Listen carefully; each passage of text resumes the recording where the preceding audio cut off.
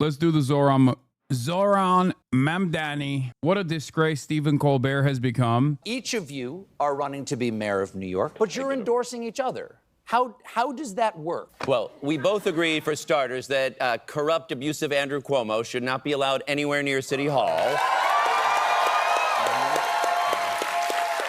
And we know that by teaming up, a majority of New Yorkers won't choose him. So I hope folks will rank me #1 on their ballot and rank Zohran #2. Mr. Mamdani.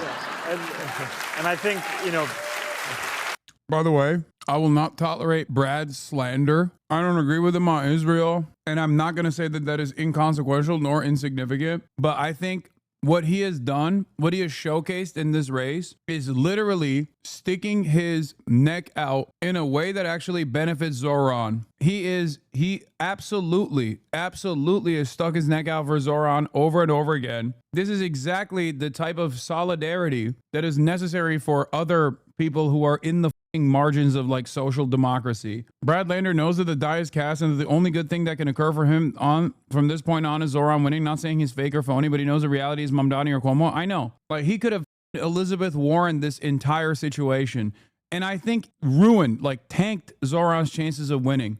And he did not do that at all. He did not rat the Zohran campaign at all, and he has stood by Zohran's side. If Warren had done this in 2020, that would have been something. Brad Lander is a class act and the model for the sort of left liberal, we need to make a coalition with the socialist left. Exactly. I see what Brad Lander is doing as something that could potentially save the Democratic Party, as opposed to what everyone else is doing within the centrist Democrats that have all systems go, full tilt, trying to rat Zohran Mamdani, knowing full well that he could potentially win. This has made national news. You both have been interviewed on the national news networks. Your opponent, Andrew Cuomo, has been recently endorsed by Representative Jim Clyburn of South Carolina, the guy who, basically clinched it for Biden in 2020. Why do you think this particular race has become a countrywide story? I think in some ways because it's a referendum on where our party goes.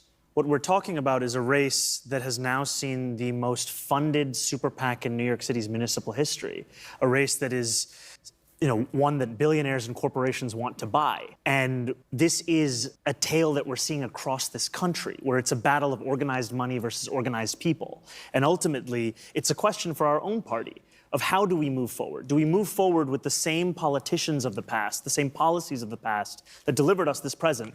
Or do we move forward with a new generation of leadership, one that is actually looking to serve the people? Well, despite this being a New York City race, foreign affairs, I'll ask the same question to both of you. I'll start with you, Mr. Lander. Does the state of Israel have the right to exist? I support the vision of Israel as a Jewish and democratic state. Mr. Mamdani, same question. Does the state of Israel have the right to exist? Yes, like all nations, I believe it has a right to exist and a responsibility also to uphold international law. Because I listened to this already, and Zohran's answers are kind of shitty. My charitability here for Zohran is twofold. Number one, he's right at the fucking precipice here of clinching this, and he doesn't want to fuck it up. Number two, the audience for this is much older. Okay, so this is not like the base that he's already solidified. This is just like television watching liberals who might be fearful. And last but not least, and this is perhaps the most significant aspect here, he is a brown Muslim man. If you noticed, the intensity of the attacks launched against Zohran in the last couple of days have basically been 2002 levels of deep Islamophobia. He has incredibly modest proposals that might actually end up improving New Yorkers' lives, like the working poor in New York and their lives. They just don't want there to be a significant victory for the left in this massive position that actually is of national consequence for the party. They do not want a democratic socialist who's anti-Israel to be the new hot thing in the Democratic Party. Anyway, let's continue. Okay, well, let's talk about the elephant in the room, is that there are many people in New York, even people who would support your candidacy otherwise, who don't want to support you because of the Jewish community's fear of the true and rising anti-Semitism, not only around the world, but in this country and shamefully in New York, which is the largest Jewish population of any city other than Tel Aviv in the whole world. And they are worried, they're very upset by some of the things that you've said in the past, And they are afraid that your mayorship would actually lead to... Dude, I'm so happy this shit actually doesn't work anymore. Those are New Yorkers. They got New York problems. They want a New York mayor to solve those New York problems. He's not running for mayor of Tel Aviv, okay? And judging by the polls, the New York Jewish population clearly is not afraid of Zohran, considering that he has the second largest Jewish vote in the race. The more people hit these insane notes and constantly present this as, oh, you said something about unfolding disasters that we can all see. Well, how about the hypothetical feelings that dictate that those unfolding disasters are actually good and your statements actually scare them? The more people use this as a line of attack, the less this kind of line of attack works. What do you say to those New Yorkers who are afraid that you wouldn't be their mayor, that you wouldn't protect them? You know, I know where that fear is coming from. It's a fear that is based upon the horrific attacks we've seen in Washington, D.C., in Boulder, Colorado. Just a few days after the horrific war crime of October 7th, a friend of mine told me about how he went to his synagogue for Shabbat services, and he heard the door open behind him, and a tremor went up his spine as he turned around, not knowing who was there and what they meant for him. I spoke to a Jewish man in Williamsburg just months ago who told me that the door he left unlocked for decades is now one that he locks. And ultimately, this is because we're seeing a crisis of anti-Semitism. And that's why at the heart of my proposal for a Department of Community Safety is a commitment to increase funding for anti-hate crime programming by 800%. Because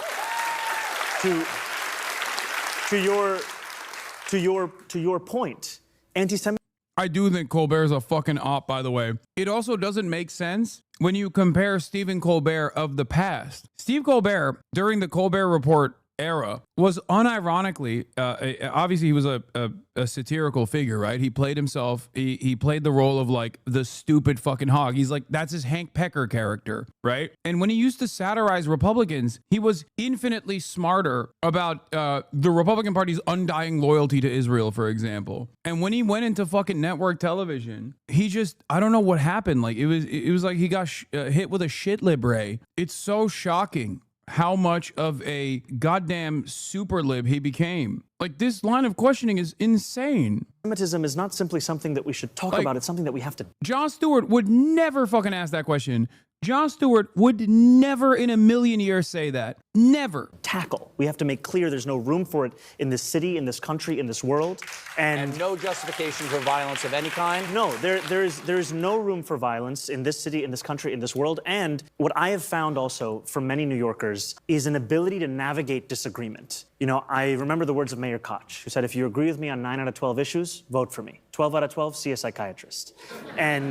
And I had an older Jewish woman come up to me at B'nai Jeshurun in a synagogue many months ago after a Democratic... Listening to that answer go, no violence of any kind? What is it? What is that question? Like, what is this? What do you mean, no violence of any kind? Club forum. And she whispered in my ear, I disagree with you on one issue. I'm pretty sure you know which one it is. And I agree with you on the others, and I'm going to be ranking you on my ballot. And I say this because I know there are many New Yorkers with whom I have a disagreement about the Israeli government's policies. And also, there are many who understand that that's a disagreement still rooted in shared humanity. Because the conclusions I've come to, they are the conclusions of Israeli historians like Amos Goldberg. They are echoing the words of an Israeli Prime Minister, Ehud Olmert, who said just recently, what we are doing in Gaza is a war of devastation. It is cruel, it is indiscriminate, it is limitless, it is criminal killing of civilians. These are the conclusions I've come to. Stephen, can I? Sure, please. I mean, and by the way, before you answer, I want to say, if we're not able to fit everything in this interview on the broadcast, we will put the whole thing up online unedited. Okay, go ahead. So, look, I'm a proud Jewish New Yorker, raising 2 Jewish kids here is the joy of my life. I'm the highest-ranking Jewish elected official in New York City government. I'm nervous about rising anti-Semitism, and also, I believe in the humanity and the human rights of Palestinians, and I know that it is possible. I support that vision of Israel as a Jewish and democratic state, but I hate what the Netanyahu government is doing in Gaza. And I've been saying that a long time. And look, No mayor is going to be responsible for what happens in the Middle East, but there is something quite remarkable about a Jewish New Yorker and a Muslim New Yorker coming together to say, here's how we protect all New Yorkers. People that don't understand the role Brad Lander is playing here just simply don't understand how Americans look at this issue. If Zohran Mamdani was the exact same person with the exact same policies, but he was like fucking Italian or Irish or some shit like that, there would be no need for this. That's it. There'd be no need for this. Has any reporter or talk show host asked Cuomo why he volunteered to become Netanyahu's lawyer, or why his position on Israel's Gaza campaign is the opposite of every major human rights group in the world, and what signal that position might be sending to Arab New Yorkers, or just all New Yorkers, in the Democratic primary? Jewish New Yorkers and Muslim New Yorkers are not going to be divided from each other. We build a city where you have affordable housing and good schools and safe neighborhoods for everyone. Well, Mr. Mamdani, how do you, I'm just curious, how do you think, you'd be the first Muslim mayor of New York, how do you think you could build a bridge of understanding between the significant Muslim population here in the city and the significant Jewish population here in the city? How do you think you could lower tension? I think by foregrounding that humanity. And in many What tension, bro? ways, that's the most New York City thing we can do. Because for so many of us who've grown up in this city, difference is something that we celebrate. It's something that we know is actually a part of the fabric of this place that we call home. And you know, many years ago, I was the campaign manager of a Jewish candidate for state senate. And I took him to a mosque in Bay Ridge. And after he gave his speech at Friday prayers, an older Palestinian man came over to him and he looked at him and he said, cousins. And I think that there is this possibility of building a shared life in our city, because ultimately that is the story of New York City. It's a shared life of people from across the world, and it's one that we know, even in the language of the hostage families themselves, everyone for everyone. We are tied together as one.